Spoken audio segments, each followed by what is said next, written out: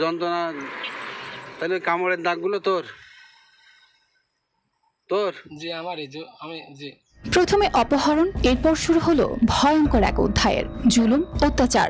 রাত হলে বন্দি অন্ধকার ঘরে, দিনের বেলা জোর করে ভিক্ষা করানো, মিলত না খাবার, তার পরিবর্তে চলত সিগারেটের আগুন, কয়েলের ছ্যাঁকা, কামড় যার সংখ্যাটা প্রায় 500 ও চামড়া ছেঁড়ার বর্বর খেলা। তবুও থেমে থাকেনি বর্বরতা, শেষমেশ প্লাস দিয়ে তুলে ফেলা হয় আঙুলের নখ ও উপরের চামড়া। আর এই নরক যন্ত্রণা ভোগ করেছে মাত্র 6 বছরের এক শিশু, শুধু এই অপরাধে যে সে চাইতো না ভিক্ষা করতে। আমাদের হাসপাতালে একটি শিশু ভর্তি হয়েছে যাকে অপহরণ করে পরে ভিক্ষা কাজে লাগানো হয়েছিল। তো আমি ছেলেটাকে দেখেছি, ছেলেটার বয়স মাত্র 6 বছর, শোয়েব।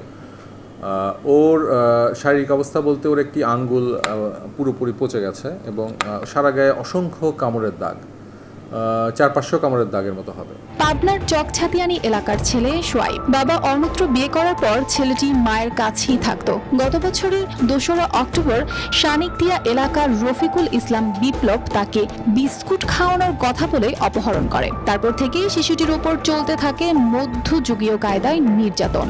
অমানসিকতা অত্যাচার করেছে, আর এরকম যতক্ষণ দিন না হয় আর এরকম কোন কারণ না করতে পারে সেরকম আমি বিচার চাই। সেই জন্য আমার আপনারা সেরকম ব্যবস্থা করে দেন। আমার নাতিটা পঙ্গু করে ফেলা গেছে, ঠিক মতো কথা বলতে পারে না, ঠিক মতো খাইতে পারে না, খাইলে পরে সহ্য করতে পারে না, খুবই অসুবিধা হয়ে গেছে। আমি এর বিচার চাই। এভাবেই একটানা 6 মাস ধীরে ধীরে স্বাস্থ্যবান শিশুটি পরিণত হয় এক জীবন্ত কঙ্কালে।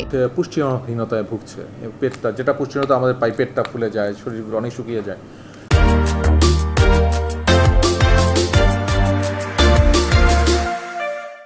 এবং মানসিকভাবেও সে পুরোপুরি মানে ভালো নাই।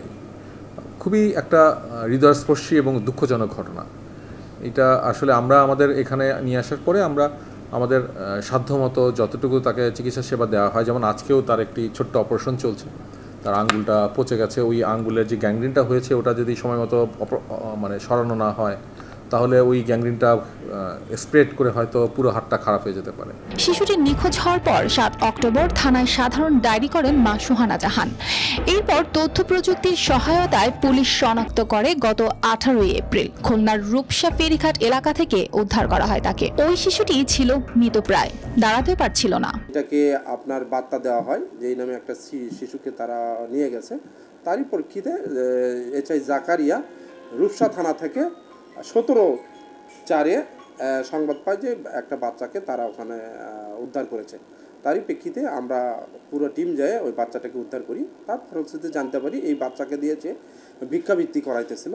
তারই প্রেক্ষিতে আমরা তারপর থানায় নিয়ে এসে তার বিরুদ্ধে নিয়মিত মামলা নিয়ে জেলা হাজতে প্রেরণ করা হয়েছে। শিশু সোয়াইবের মায়ের চোখে জল, কারণ ছেলেকে যেন তিনি চিনতেই পারছেন না। যার মাথায় ছিল ঘন চুল, চোখে ছিল প্রাণ, সেই ছেলেটি এখন বিছানায় কাতরাচ্ছে, কঙ্কাল শরীর নিয়ে শুয়ে আছে নিঃসার। বিচার চাই, এমনকি ওর ফাঁসি চাই আমি। আর বাচ্চার সাথে আমার বাচ্চাকে অনেক টর্চার করছে। আমার বাচ্চা সে দেয়ালের সাথে ঢিপ খাওয়াইছে, তারপর মাথা ফাটাই দিছে, লাঠি দিয়ে আঘাত করছে, তারপরে পিঠে ও বুকে পেটে কামড়ানোর চিহ্ন পাইছি। এমনকি সিগারেট আর কয়লা সেকা পেয়েছি, চিহ্নগুলো পেয়েছি আমি। ঘটনার পর এলাকাবাসী ও পরিবার দাবি তোলেছেন এই বর্বরতার জন্য রফিকুল ইসলাম বিপ্লব যেন পায় দৃষ্টান্তমূলক শাস্তি। News desk, RTV।